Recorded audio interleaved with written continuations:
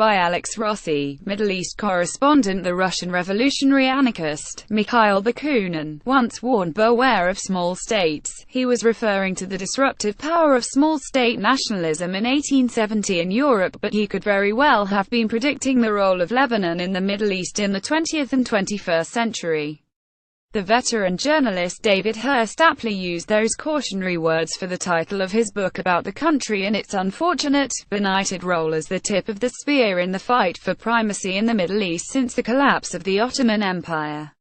Image. A paper reports on Saad Hariri's resignation. With its sectarian patchwork, Lebanon may once again be the battleground where a regional standoff combusts. It is not easy to read the runes of what is happening at the moment, but it is certain that the confrontation between Iran and Saudi Arabia is moving in a new and dangerous direction. Tillerson warns against proxy conflicts in the Middle East. The two countries are divided by a religious schism that spans centuries, but the roots of the present conflict can be traced back to the Iranian Revolution of 1979. Image. Pilgrims at Islam's holiest shrine at the Grand Mosque in Mecca. Saudi Arabia, as the home of Islam's two holiest sites, Mecca and Medina, suddenly had a challenger.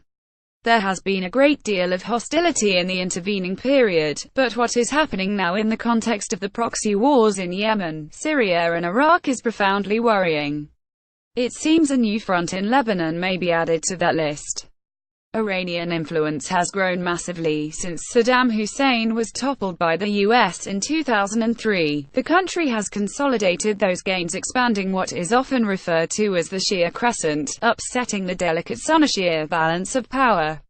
A land corridor, for example, now connects Tehran with Beirut on the Mediterranean. Now imagine the Middle East as an onion and start pulling away the layers and you get an idea of the complexity of what is happening. Image. Donald Trump dances with a sword at a welcome ceremony by King Salman in the United States. You have a president who has effectively called for regime change in Iran. That's one layer.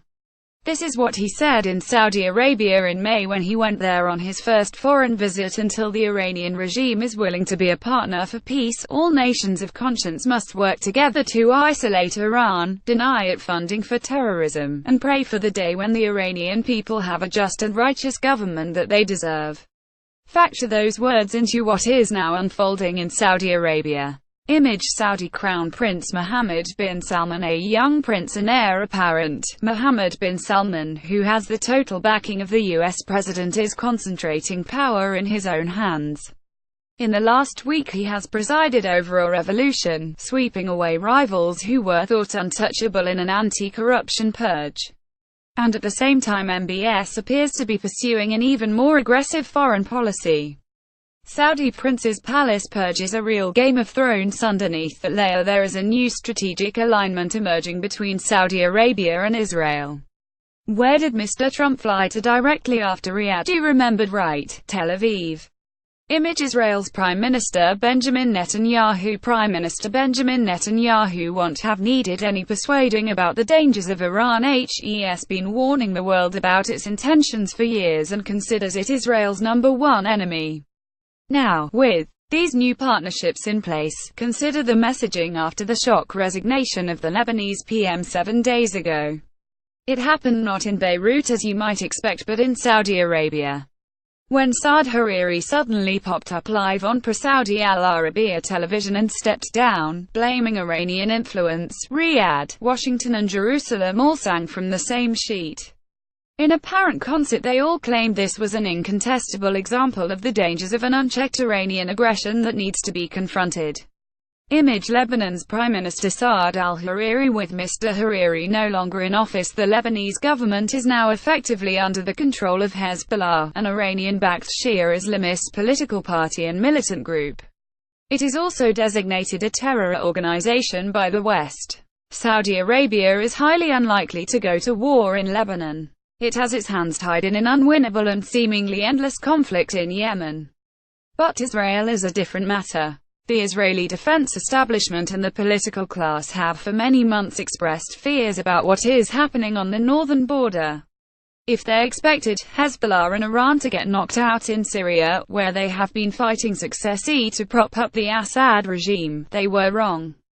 Hezbollah is arguably stronger now than at any time in its history. Israel has been preparing for another war with the group since the last round of fighting in 2006. Do not underestimate how worried Jerusalem is about Hezbollah's growing arsenal of weapons. It now has a huge number of rockets that can hit in any city or town in the country. The conventional wisdom was that Israel knows it will have to fight Hezbollah again at some point, but that it does not want to do so now. That analysis may be shifting. Image Hezbollah leader Saeed Hassan Nasrallah. On Friday, Hezbollah's leader, Hassan Nasrallah, claimed that Saudi Arabia had asked Israel to attack Lebanon and that Mr. Hariri had been kidnapped. He offered no evidence, but it adds to an extremely confusing picture.